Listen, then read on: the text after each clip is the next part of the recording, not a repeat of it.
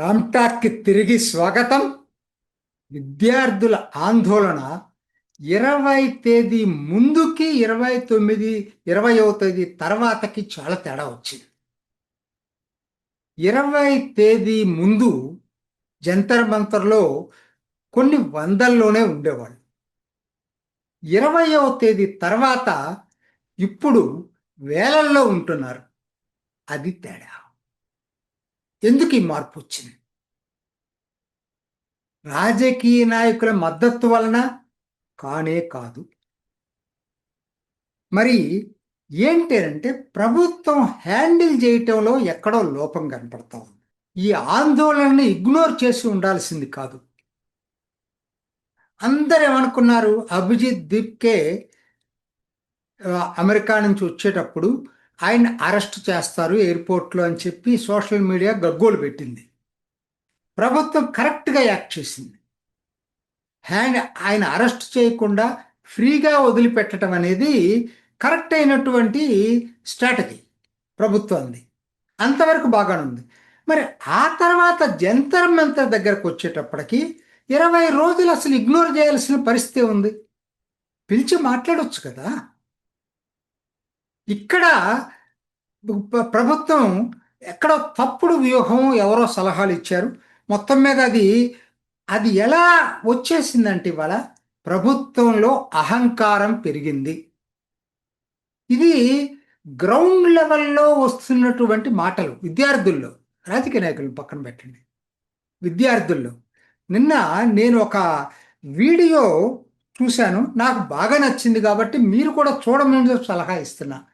ఏంటంటే the print వాళ్ళు cut the clutter episode 1867 heading ఏంటంటే unpacking Delhi protest and crackdown with the print team. అంటే యాక్చువల్గా ఏంటంటే శేఖర్ గుప్తా మాట్లాడకుండా అసలు దాన్ని కవర్ చేసినటువంటి జర్నలిస్టులు అందరి చేత మాట్లాడించాడు. సో నాకైతే అది కరెక్ట్గా అనిపిస్తూ ఉంది. మేబీ 100% అది కరెక్టే కదా, పక్కన పెట్టేస్తే గ్రౌండ్ రియాలిటీని రిఫ్లెక్ట్ చేస్తూ ఉంది. ప్రతి ఒక్కరూ వీలుంటే చూడండి కూడా. ఎందుకనంటే రాజకీయాలను పక్కన పెట్టి మనం గ్రౌండ్ లెవెల్లో స్టూడెంట్స్ ఏమనుకుంటున్నారు అనేది కూడా చాలా చాలా ఇంపార్టెంట్ మనకి. సో ప్రభుత్వం స్పందించకపోవటం అనేది చాలా కోపం తెప్పించింది విద్యార్థుల్లో. అది మాత్రం నిజం. 20వ తేదీ అసలు ఎంతమంది వస్తారు, పెద్దగా రారేమో అని అనుకున్నట్టుంది. సోమవారం, అది ఆదివారం కూడా కాదు. కానీ ఎవరు ఊహించని పద్ధతుల్లో జనం వచ్చారు. మీరు అనొచ్చు వాళ్ళు చేసింది మీరు ఎట్లా మద్దతు ఇస్తారు. నేను మద్దతు ఇవ్వట్లేదు. ఏంటంటే ఆ జరిగినటువంటి కార్యక్రమాల్లో హింసతో చోటు చేసుకోవటం మంచిది కాదు రెండు వైపులా. కాకపోతే నిన్న ఆ వీడియో చూసిన తర్వాత నాకు అర్థమైంది ఏంటంటే బ్యారికేడ్లని తోసుకొని వెళ్ళటానికి ముందు స్టూడెంట్స్ కన్నా భీమ ఆర్మీ వాళ్ళు ఉన్నారట. చంద్రశేఖర్ ఆజాద్ పార్టీ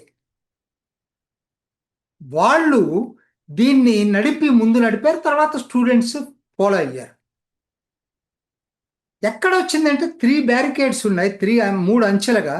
2 అంచెలు దాటేసి రావటం, రకరకాల గల్లీల నుంచి రావటం, పార్లమెంట్కి ఆల్మోస్ట్ దగ్గరకు వచ్చారు. సో ఆ పరిస్థితుల్లో ప్యానిక్లో ఉంది పోలీసులు. ఎందుకంటే ఏం చేయాలో ఆ స్థాయికి వస్తారనుకోలేదు, వచ్చినప్పుడు ఏం చేయాలో తెలీదు. ఎందుకంటే పార్లమెంట్ నడుస్తుంది ఒకవైపు. సో ఆ దీంట్లో టియర్ గ్యాస్ ప్రయోగించటం, పోలీసులు లాఠీ చార్జ్ చేయటం జరిగింది. నేను వీటిని రేషనలైజ్ చేయట్లా.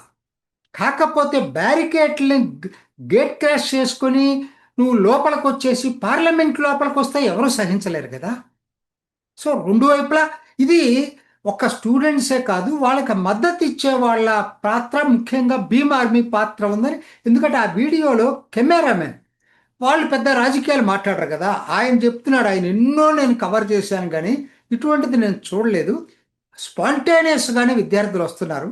కాకపోతే అది బ్యారికేడ్లని తోసుకొని వచ్చేసింది మాత్రం భీమ్ ఆర్మీ వాళ్ళని ఆయన చెప్పాడు. సరే, ఏదేమైనా అవన్నీ జరుగుతూ ఉంటాయి. నా పాయింట్ ఒకటే, ప్రభుత్వాన్ని విమర్శించే వాళ్ళందరూ దేశద్రోహులు కాదు, ప్రతిపక్షాల మద్దతుదారులు కాదు. పర్టికులర్గా ఇది మనం గుర్తుపెట్టుకోవాలి ఎప్పుడు కూడా.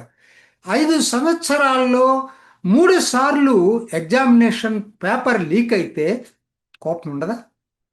ఒక్కసారి అయితే ఐ కెన్ అండర్స్టాండ్, 2 సార్లు ఐ కెన్ అండర్స్టాండ్, 3 సార్లు ఇదే విద్యాశాఖ మంత్రి కింద పేపర్ లీక్ అయినప్పుడు నైతిక బాధ్యత ధర్మేంద్ర ప్రధాన్ మీద ఖచ్చితంగా ఉంటుంది. ఖచ్చితంగా నేనైతే అది అనుకుంటున్నాను. ఆయన రాజీనామా చేసి ఉండాల్సింది. ఎందుకంటే ఆయన రాజీనామా చేయటం వల్ల ప్రభుత్వానికి పోయేదేం లేదు. ఎందుకంటే ఒక ధర్మేంద్ర ప్రధాన్ని బట్టి అక్కడ ప్రభుత్వం లేదు. ఎందుకో కూడా నేను చెప్తాను. ఎందుకనంటే ఇవాళ ఏంటి, దీన్ని సరే అది దాంట్లో మెరిట్ ఉందా లేదా అనేది పక్కన పెట్టండి. మెరిట్ లేకపోవచ్చు.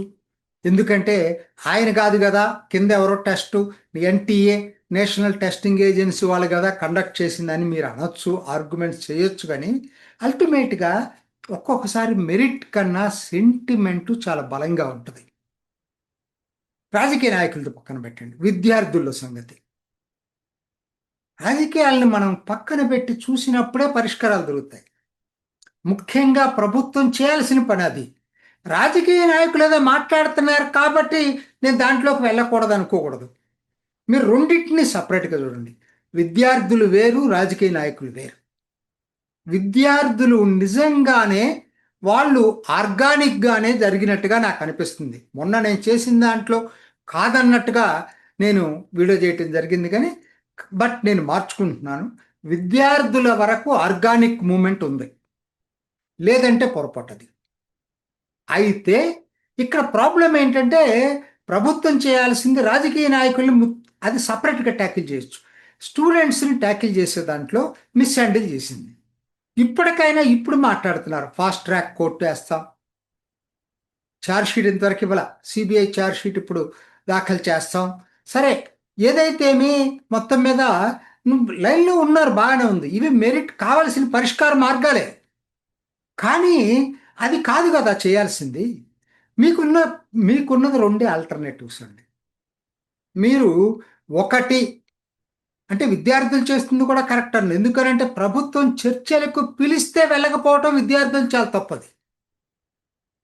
నేను గవర్నమెంట్ దగ్గరికి వెళ్ళి మాట్లాడడం, వాళ్ళు జంతర మీద దగ్గరికి వచ్చి మాట్లాడాలి. అసలు ఇదేమన్నా అసలు ఎక్కడైనా అసలు ఎటువంటి హేతుబద్ధంగా లేదు. ఇది సరైన గైడెన్స్ లేదు నాయకులకి. అదే డౌట్ వస్తూ ఉంది, అరాచక శక్తుల చేతుల్లోకి వెళ్ళిపోతుందా మూమెంట్ అనేది. ఏదేమైనా ప్రభుత్వం మీద ఎక్కువ బాధ్యత ఉంది. 2 ఆల్టర్నేటివ్స్ అండి ప్రభుత్వానికి. ఉంటే కర్కశంగా అణిచేయటం. ఏది, వాళ్ళు లైన్ దాటి వెళ్తున్నారు, చర్చలకే రారు, ఖచ్చితంగా వాళ్ళ వెనక ఎవరో ఉన్నారనుకుంటే మీరు యాక్షన్ తీసుకోండి.